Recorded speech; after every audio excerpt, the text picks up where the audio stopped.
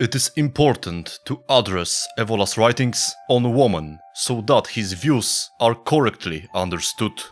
Since he was opposed to the emerging feminism of his day, it would be easy for those unfamiliar with his ideas to infer that Evola also was anti-woman. By explaining his views and not glossing over any points that do, in fact, sound misogynistic, as is the case with some Evola devotees, the new right can set the terms of discourse and accurately elucidate his position. The simplest definition of absolute woman is the female principle, the feminine force of the universe. Individual men and women have varying degrees of the absolute man and woman, although the feminine principle usually is underlying force in woman. In the modern world, the Kali Yuga, these forces appear in more degenerate forms and also do not always manifest properly. In fact, Evola said that cases of full sexual development are seldom found. Almost every man bears some traces of femininity and every woman residues of masculinity. The traits that we deemed typical for the female psyche can be found in men as well as women, particularly in regressive phases of a civilization. In addition, this manifests differently depending on the race and type of civilization. To understand the influence of the absolute woman, it is first necessary to understand Evola's conception of the human being.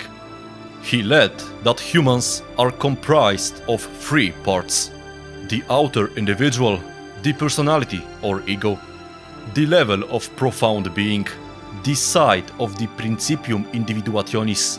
This is the true face of a person, as opposed to the mask of the ego. The level of elementary forces that are superior and prior to the individuation, but acting as the ultimate seat of the individual. It is at the third level, that of elementary forces, where sexual attraction is aroused. Thus, it is here that the elementary forces that comprise the absolute man or woman are located. This matches Evola's description of some modern women who are able to develop masculine skills such as logic or intellectualism. He says they have done so by way of a layer placed on top of their deepest nature. However, they have not succeeded in altering their fundamental nature, only their superficial personalities. According to traditional doctrines, the sexes were metaphysical forces before they manifested in the world. Absolute man and woman exist from the beginning of time, when the universal one splits into a dyad, which then causes the rest of creation. In most forms of Hinduism, Shiva, the male principle, is identified with pure being.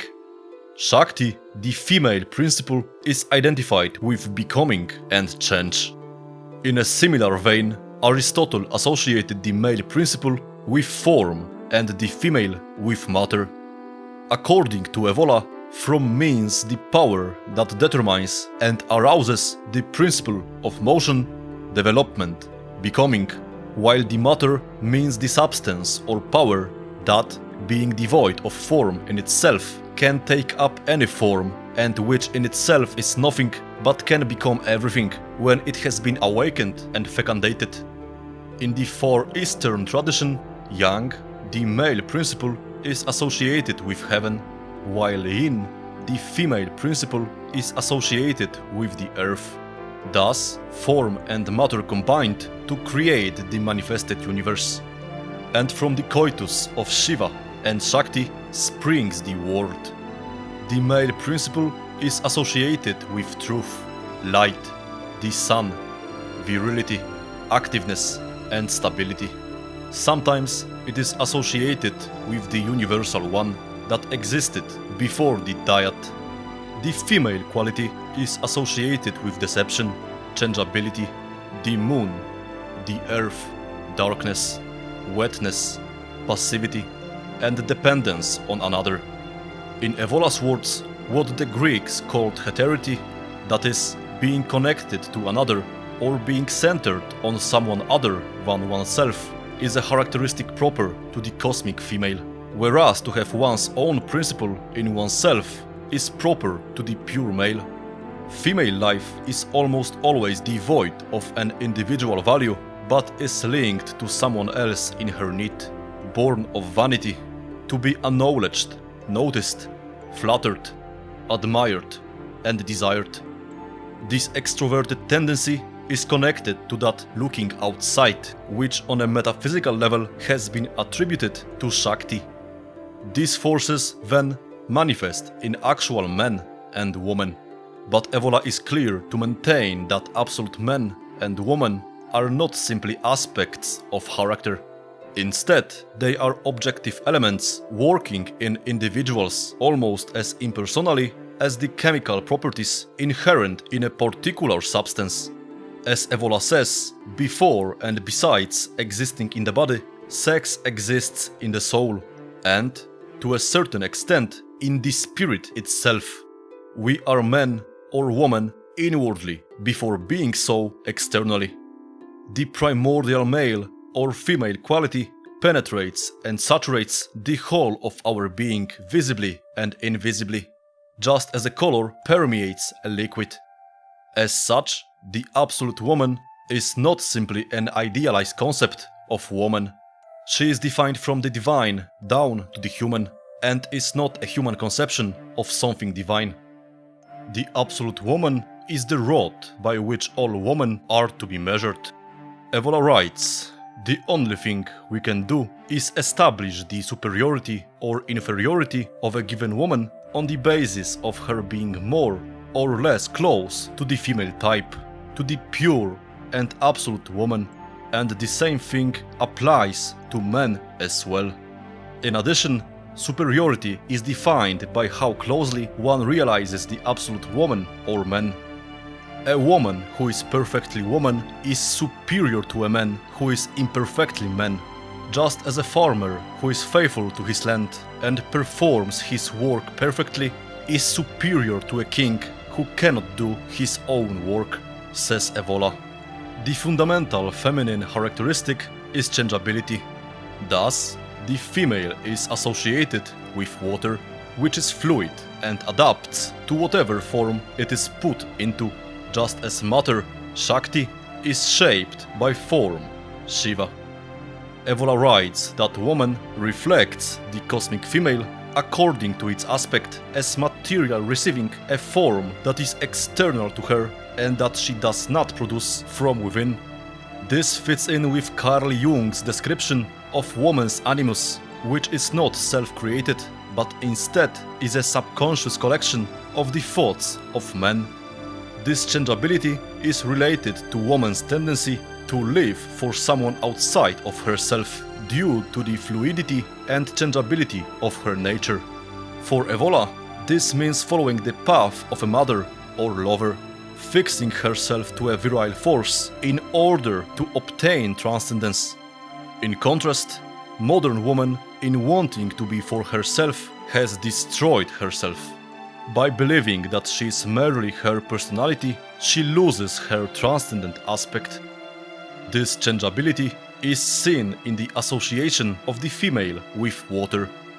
According to Evola, water represents undifferentiated life prior to and not yet fixed in form, that which runs or flows and is therefore unstable and changeable, and the principle of all fertility and growth according to the analogy of water's fertilizing action on earth and soil. Evola also describes the correct relationship between the principle of water and that of fire associated with the male. When the feminine principle, whose force is centrifugal, does not turn to fleeting objects, but rather to a virile stability in which she finds a limit to her restlessness. Evola assents that certain modern women may appear very unchangeable, but stresses that this is at an outer level of her being. A possible rigidity may follow the reception of ideas due precisely to the passive way she has adopted them, which may appear under the guise of conformity and conservatism. In this way, we can explain the apparent contrast inherent in the fact that female nature is changeable, yet women mainly show conservative tendencies sociologically and a dislike for the new. This can be linked to their role in mythology as female figures of a Demeter or chthonic type who guard and avenge customs and the law of blood and of the earth, but not the Uranic law. Thus, a woman might be quite unchanging in her beliefs about society, etiquette and morality, but will lack an attachment to a transcendent truth. Many of women's ideas regarding social truths, such as honor and virtue, are not true ethics, but mere habits, Evola says. This changeability of woman explains the notion that women are at the same time more compassionate and more cruel than men. As woman is associated with the earth, she expresses both the tenderness of the mother and the cruelty of nature. The best example of this duality is the Greek goddess Artemis, who was both the protector of wild animals and the huntress.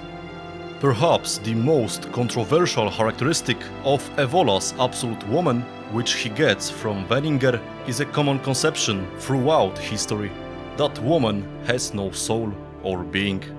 Wenninger states that woman has no ego, referring to the transcendental ego of Immanuel Kant, which Evola describes as above the whole world of phenomena.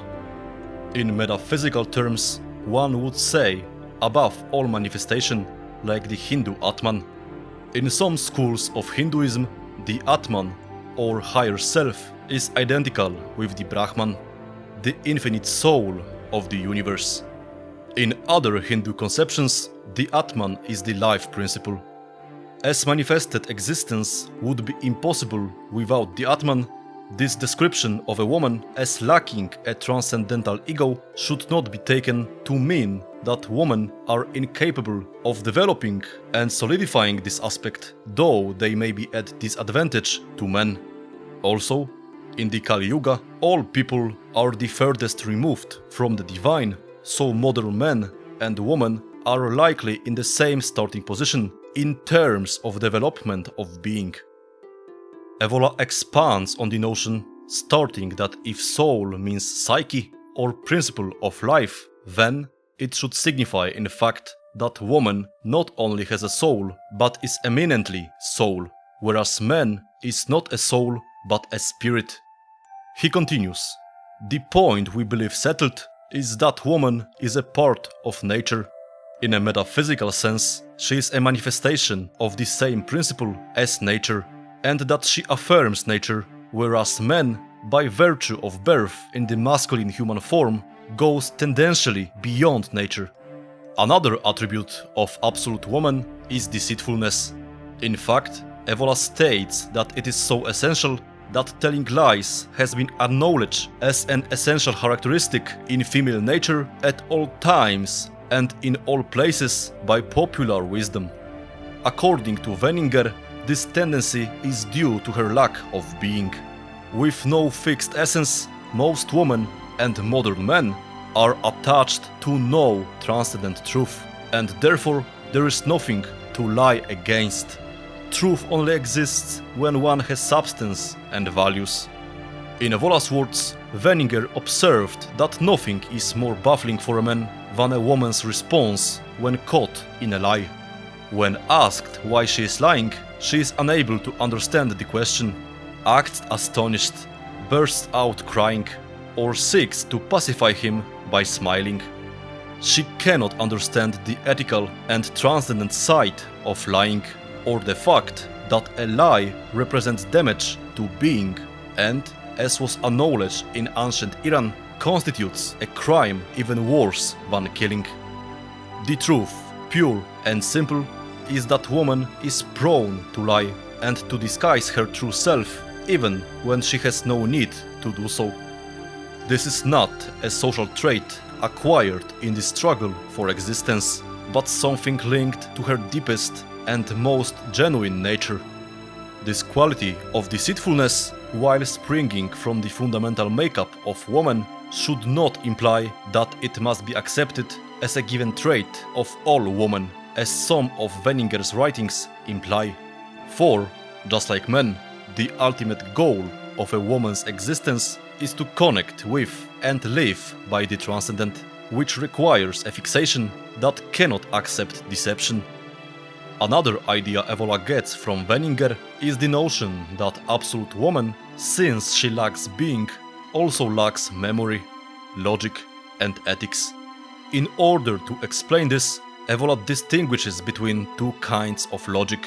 Everyday logic, which woman can use quite successfully, though sometimes like a sophist, and logic as a love of pure truth and inward coherence. This distinction can most commonly be seen when women use logic in arguments as a means to personal ends, rather than to arrive at a truth beyond their desires. Evola writes that woman, insofar as she is woman, will never know ethics in categorical sense of pure inner law detached from every empirical, eudaimonistic, sensitive, sentimental, and personal connection. Nothing in woman that may have an ethical character can be separated from instinct, sentiment, sexuality, of life. It can have no relationship with pure being. Woman's primary tool of cognition is not logic, but intuition and sensitivity. In explaining memory, Evola turns to Henry Bergson, who described two types of memory.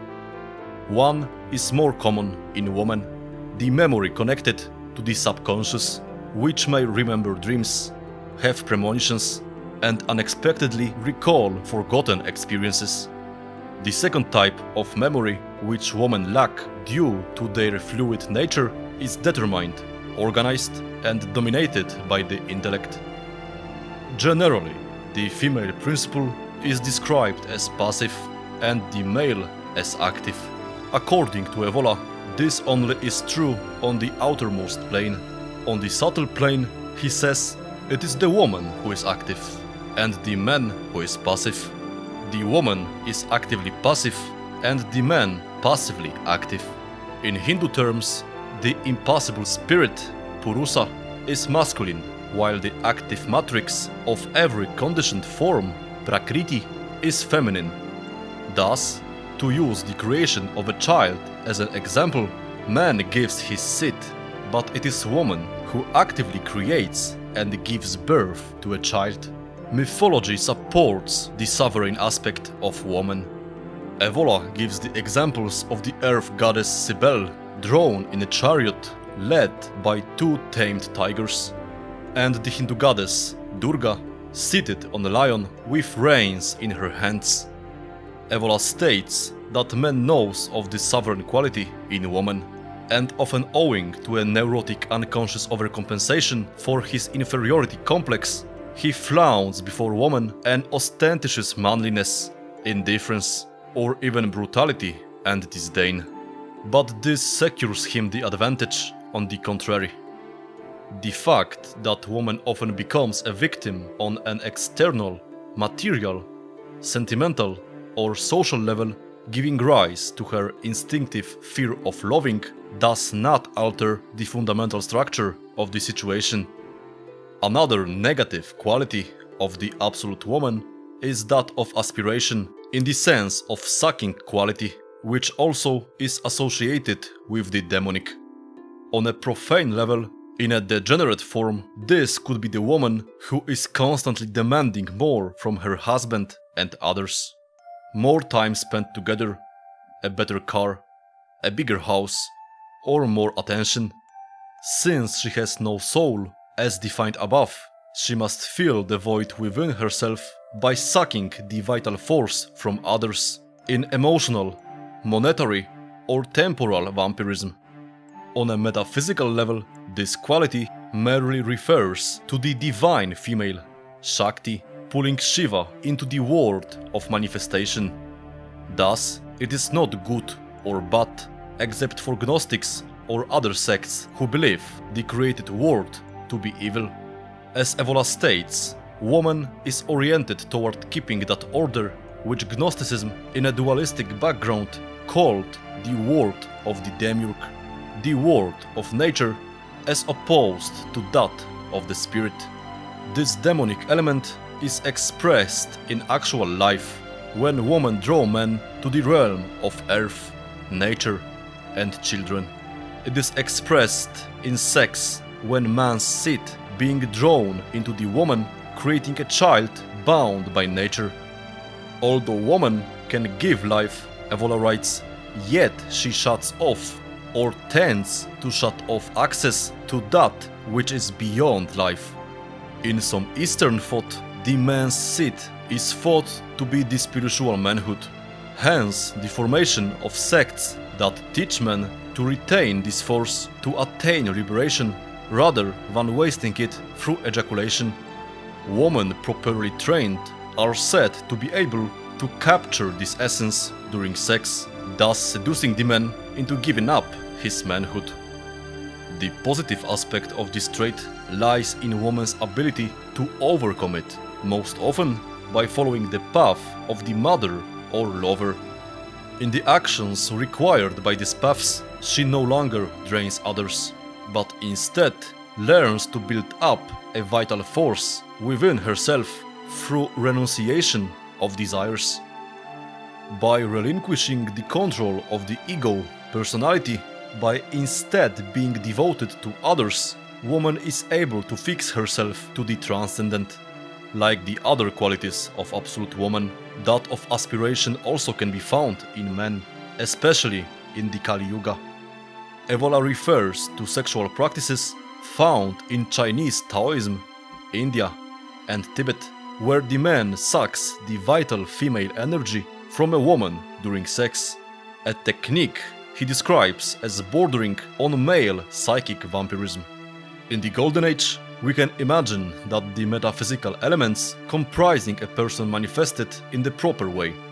In such a time, the highest classes gave birth to the highest people. Race was indicative of a corresponding inner quality. Beauty on the outside attested to an inner beauty, and physical gender aligned with the qualities of absolute man or woman. But in the Kali Yuga, there are pariahs in the highest classes, men who act like women, and men of Aryan stock who do not embody any of the virtues attributed to their race. As Evola says, it is possible for a person to be a different sex in the body than they are in the soul. These cases are similar to those where individuals of one race have the psychic and spiritual characteristics of another race. Therefore, men today may not innately possess any virile seed, just as modern women do not necessarily express the absolute female principle. In reading Evola's work, then, we must not mistakenly interpret what he says about absolute men or woman as corresponding with individual men and women of today. Modern men and women are almost completely removed from the deepest aspects of themselves, functioning only as personalities. Thus, a person's sex or caste has little importance in determining vocations or social relations. What relevance, then, do Evola's descriptions of absolute man and woman have in the modern world?